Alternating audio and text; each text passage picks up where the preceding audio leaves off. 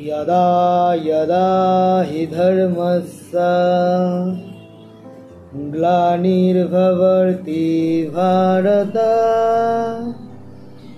अभ्युत्थानमधर्मस्य तदात्मानं सृजाम्यहम् परित्रायाय साधूनां विनाशाय च दुष्कृतां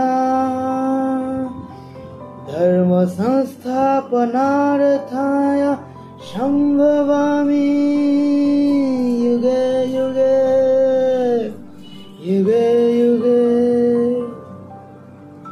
এর অর্থ হলো যখনই ধর্মের অবক্ষয় ঘটে এবং অধর্ম বৃদ্ধি পায় তখন তিনি নিজেকে প্রকাশ করেন এবং সাধুদের রক্ষা করেন, দুষ্টদের বিনাশ করেন এবং ধর্ম প্রতিষ্ঠা করেন। নমস্কার, আমি আকাশ। কেমন আছে তোমরা সবাই? আশা করি সবাই ভালো আছে। তো আমার এই নতুন ভিডিওতে তোমাদেরকে আবার স্বাগত। ভিডিওর টাইটেল আর থাম্বনেল দেখে তোমরা বুঝতেই পেরেছো যে আজকে কোন বিষয়ের উপরে ভিডিও হতে চলেছে। হ্যাঁ, তোমরা ঠিকই ধরেছো। আজকে আমি কিছু কথা বলবো ভগবান বিষ্ণুকে। দয়া করে ভিডিওটি না টেনে পুরো ভিডিওটা দেখবেন।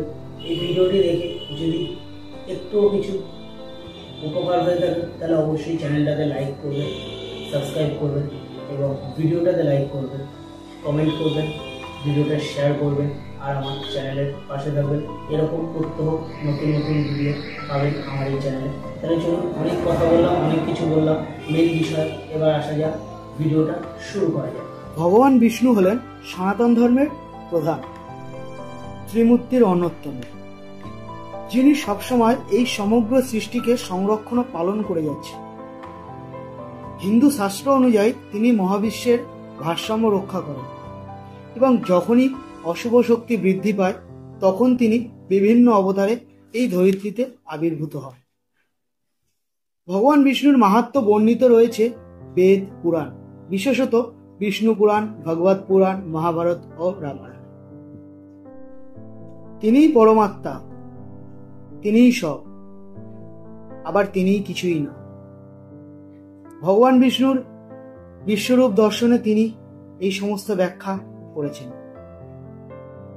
যিনি বিশ্বজগতের রক্ষা ও সংরক্ষণ করেন। সাধারণত ভগবান বিষ্ণুকে চতুর্ভুজ রূপে আমরা কল্পনা করি। কেন আমরা ভগবানকে চতুর্ভুজ রূপে কল্পনা করি চলুন জেনে নেওয়া যাক। শাস্ত্র মতে তিনি শঙ্খ চক্র গদা পদ্মধারী ভগবান। তার হাতে থাকে শঙ্খ, যা শব্দ বা সৃষ্টির প্রতীক, চক্র ন্যায় ও ধ্বংসের প্রতীক, গদা শক্তির প্রতীক ও পদ্ম শুদ্ধতার প্রতীক। ভগবান বিষ্ণুর বাসস্থান বৈকুণ্ঠ ধাম, যেখানে তিনি লক্ষ্মী দেবীর সঙ্গে অবস্থান করেন এবং শেষনাগ প্রভুর সেবক রূপে অবস্থান করেন। হিন্দু ধর্ম মতে তিনি পৃথিবীর ভারসাম্য রক্ষার জন্য, অধর্মের বিনাশ ও ধর্মের পুনঃস্থাপনের জন্য বিভিন্ন সময় বিভিন্ন অবতারে আবির্ভূত হয়েছেন।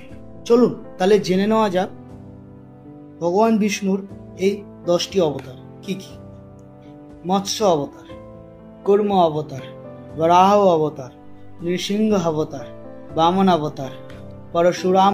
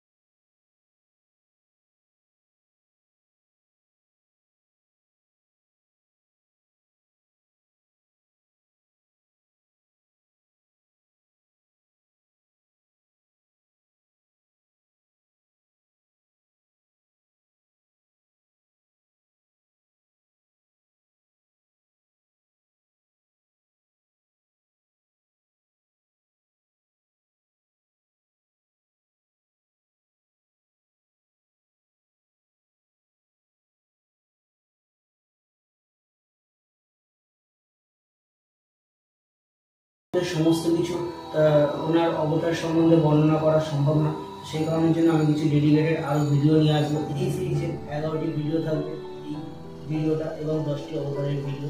তো দয়া করে ভিডিওগুলো দেখবেন, ভালো লাগলে একটা লাইক করবেন, চ্যানেলের পাশে থাকবেন, আমার নতুন চ্যানেল সাপোর্ট করবেন, আমাকে আরও এগিয়ে যেতে সাহায্য করবেন, কারণ আপনাদের একটা লাইক আমাকে মোটিভেট করে নতুন নতুন অনেক ভিডিও তৈরি করার জন্য। আজকের দিনের মতো আসছি, দেখা হবে নতুন কোনো একটা ভিডিওতে। ততক্ষণের জন্য ভালো থাকবে, সুস্থ থাকবে, আর আমার এই চ্যানেলের সঙ্গে সদা সর্বদা জুড়ে থাকবে।